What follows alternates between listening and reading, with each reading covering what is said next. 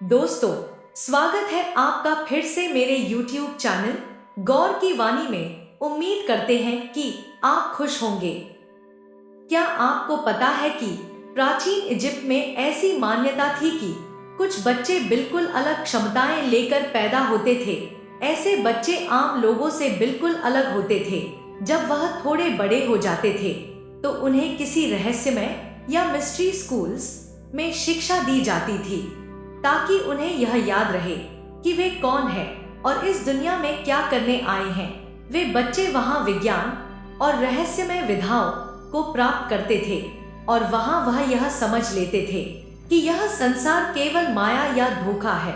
वे यहाँ आध्यात्मिक या आत्मिक जगत से केवल इस भौतिक संसार में अनुभव प्राप्त करने आए हैं। उनके पास दिव्या शक्तियां होती थी जिनका प्रयोग वह संसार के कल्याण हेतु करते थे। पर प्रश्न यह है कि क्या आज ऐसे लोग नहीं हैं, और अगर हैं तो वे कौन से लोग हैं। इस दुनिया में हजारों लोग हैं और प्रत्येक व्यक्ति अलग ढंग का है। कुछ लोग यहाँ सीखने आए हैं तो कुछ दूसरों को सिखाने। सबके अपने अपने काम है, उनके अपने उद्देश्य है। ऐसे में वह लोग कौन है जिन्हें ईश्वर ने चुना है किसी खास उद्देश्य के लिए। इनकी पहचान क्या है और उनकी तलाश कैसे की जाए। सबसे पहले जान लीजिए कि वह लोग आम लोगों से भिन्न नहीं होते, बल्कि वो हम में से ही होते हैं। चुने हुए वह लोग इस जीवन के सच को जानते हैं। वे माया और झूठ के संसार में नहीं फंसते। वे अपने ज्ञान से खुद को अलग खड़ा करते हैं। उनका नजरिया सबसे अलग होता है। इसलिए कहा जा सकता है कि किसी के भी चुने होने का सबसे बड़ा संकेत यह है कि आप अपने पिछले जन्मों के अनुभव को प्राप्त करोगे, या आपको आपके पिछले जन्म की झलकियां मिलेगी। आप समझ जाओगे कि केवल यह शरीर है जो नश्वर है, आत्मा तो निरंतर प्रगतिशील है। तभी आप अपने पिछले जन्म की झलकियां को देख पा रहे हो, और इसलिए आप अनेकों बार जन्म ले चुके हो और शरीर का त्याग भी कर चुके हो। जब आप इस सच को समझ जाते हो तो फिर आप इस माया के संसार में नहीं रहना चाहते। आप इससे खुद को आजाद करना चाहते हो। आप चाहते हो कि आपको और कोई मिले जो आपको मुक्ति का मार्ग दिखाए, और यही खोज आपको आपके गुरु तक ले जाती है।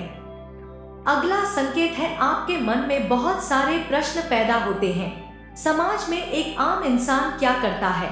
वह हर चीज मानता चला जाता है। वह संसार को ही सच मानकर उसमें लिप्त हो जाता है। उसके मन में प्रश्न नहीं उठते। इसलिए जब आपकी जागृति शुरू होती है तो सबसे पहले आप प्रश्न करना शुरू कर देते हो। आप हर कार्य, रीति, नीति, नियम पर सवाल पूछते हो कि ऐसा क्यों है जहां दुनिया इसे या उसे फॉलो करती है। आप केवल अपने हृदय या अंतर आत्मा की सुनना पसंद करते हो। आपको समझ आ जाता है कि आपके सारे प्रश्नों का उत्तर आपके भीतर ही है, क्योंकि आप भी वही हो। जो यह ब्रह्मांड है, जो इस संसार के कण-कण में है, वह आप में भी है। ब्रह्मा और ईश्वर आपके भीतर ही है। अगर आप यह सब समझ पा रहे हो तो निश्चित ही आप इस सृष्टि के द्वारा चुन लिए गए हो। अगला संकेत है, वह इस संसार में अलग नजरिया के साथ आता है।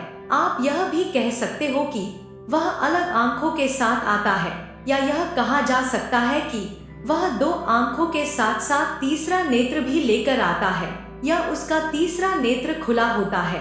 तीसरे नेत्र यानी थर्ड आई का क्या मतलब है? इसका यही अर्थ है कि वह लोग उस चीज को भी देख सकते हैं जो दूसरे लोग नहीं देख पाते। उन लोगों की अंडरस्टैंडिंग बिल्कुल बेहतर और गहरी होती है, और इसलिए वह बाकी के लोगों से बिल्कुल अलग दिखाई होते हैं। अगला संकेत है कि आप ईश्वर या इस ब्रह्मांड पर पूर्ण भरोसा करने लगते हो।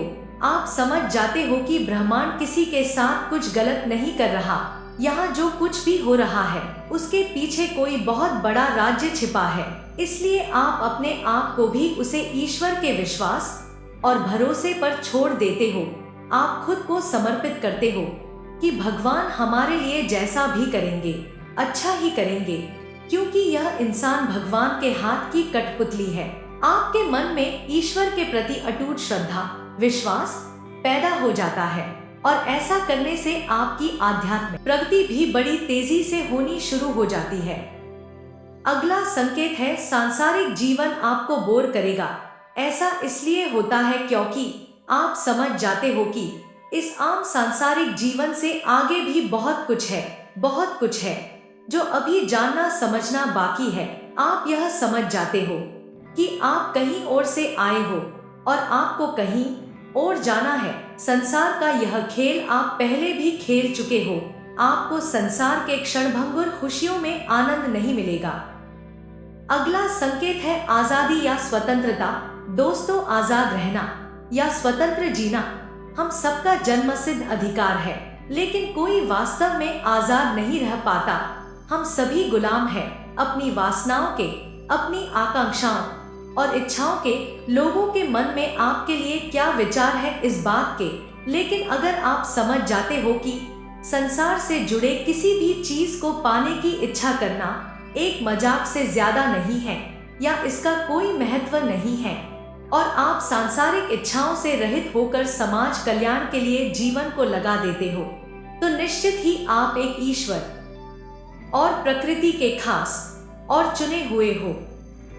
अगला संकेत यह है कि आपको संसार के प्रत्येक प्राणी के प्रति करुणा, सहानुभूति और प्रेम अनुभव होगा, क्योंकि आप जान जाते हो कि संसार में कोई भी वस्तु या प्राणी आपसे भिन्न नहीं है।